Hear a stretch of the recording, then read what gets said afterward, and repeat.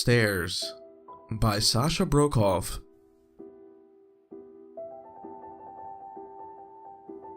His eyes opened to the sound of Alice's bedroom door squealing open. She tugged at him, but his parental sense demanded that he get her back into bed. He heard her bare feet slap on the naked floorboards as he rolled out of the warm envelopment of his blankets. He clumsily put on his slippers and stumbled out into the living room. At the apartment, she had always slept fine, even when she had been a baby. It was only since the move to this house that she had started acting strangely in the night. Getting up, wandering the house, talking to her friend. The kid seemed a bit old to invent an imaginary friend, but it was an improvement. The first few nights in the house, Alice had woken up the whole neighborhood screaming. From the kitchen wafted the sound of soft weeping. He followed and was greeted by an unexpected sight. His tiny daughter, dressed in her nightgown, standing in front of an open basement door. She just stood there, looking down into the basement, quietly sobbing.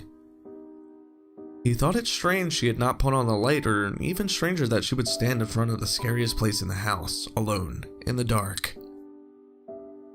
He approached her, put his hand on her shoulder, and gently suggested, "Let's go back to bed, honey." Without looking or acknowledging him, she slowly lifted her arm and pointed down into the basement. Had she thought she had heard something? Was that why she was up? He let his eyes follow her finger down into the blackness. Softly, comfortingly, he said, "There's nothing down there, honey. Let's go back to bed." Without even looking at him, she just continued to sob and point. Something felt wrong, but he had to put a stop to this behavior. She needed to feel safe at her new home and to put all these childish fears away. Explanations hadn't worked, now he had to show her. He stepped down onto the first creaking wooden step, leaned forward, and flipped the light switch. The illumination shocked his eyes but fortified his resolve as he heavily strode down to the bottom of the stairs.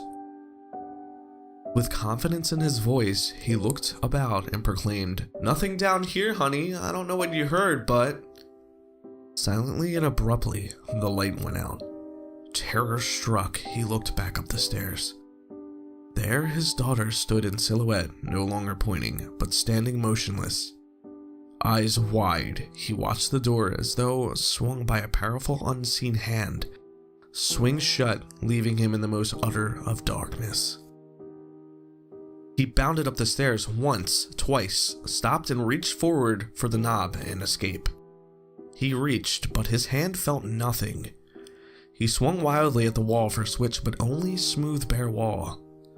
Gingerly, he stepped forward and continued to reach. Surely the door must be close enough to feel by now. Slowly, he took another step, his hands blindly gripping into the nothingness ahead, and his feet constantly misjudging the next step. One more step, two more, 3, 4. He climbed and his speed and panic increased. It had already been at least several floors worth of stairs. How was this possible? Maybe he should go back down. It would be easier. Remembering that the basement stairs ran under his own bedroom, he cried for his wife. "Vanessa!" His voice seemed unusually loud as in confined space and echoed back towards him from below. His echo pushed him beyond attempting to rationalize his insanity and settled any contemplation about going down. No. Going down into inky, echoing nothingness seemed like a very bad idea. Better to go up into the inky, silent nothingness. Cautiously, sightlessly, he resumed his climb, feeling ahead into nothing with his outstretched hands. So many stairs and his legs ached. He turned and sat on a step. Alone, he felt a solitude more complete than he had ever known. Darkness, desperation, and despondency mixed in his soul as tears began to flow. What was that? He sat bolt upright and held his breath. Was that a sound? He strained his ears but only perceived the pounding of his own veins. Then distantly, slightly, maybe like a scrape or a whisper, or just shifting of air, sound seemed to echo from below. Adrenaline poured into his veins and overrode his fatigue. He rose and heedlessly dashed up the stairs. Several times he tripped and battered himself on the steps, but he rose and charged on. Yes, he was sure now. At first barely audible, but rising steadily, a roaring, whirling white noise. It seemed to be all around him, engulfing him, drowning out all other sound and sense. It was late the next morning when Vanessa finally awoke. She wrapped herself in a terry cloth bathrobe and made her way towards the kitchen. As she passed Alice's room, her maternal instinct led her to open the door a crack and check in. Her mind was not awake enough to realize the incongruity of her child's room, dark with all the shades drawn in the closet door in front of which Alice sat, wide open. "Morning, honey." No response. "What are you doing? Do you know where Daddy is?"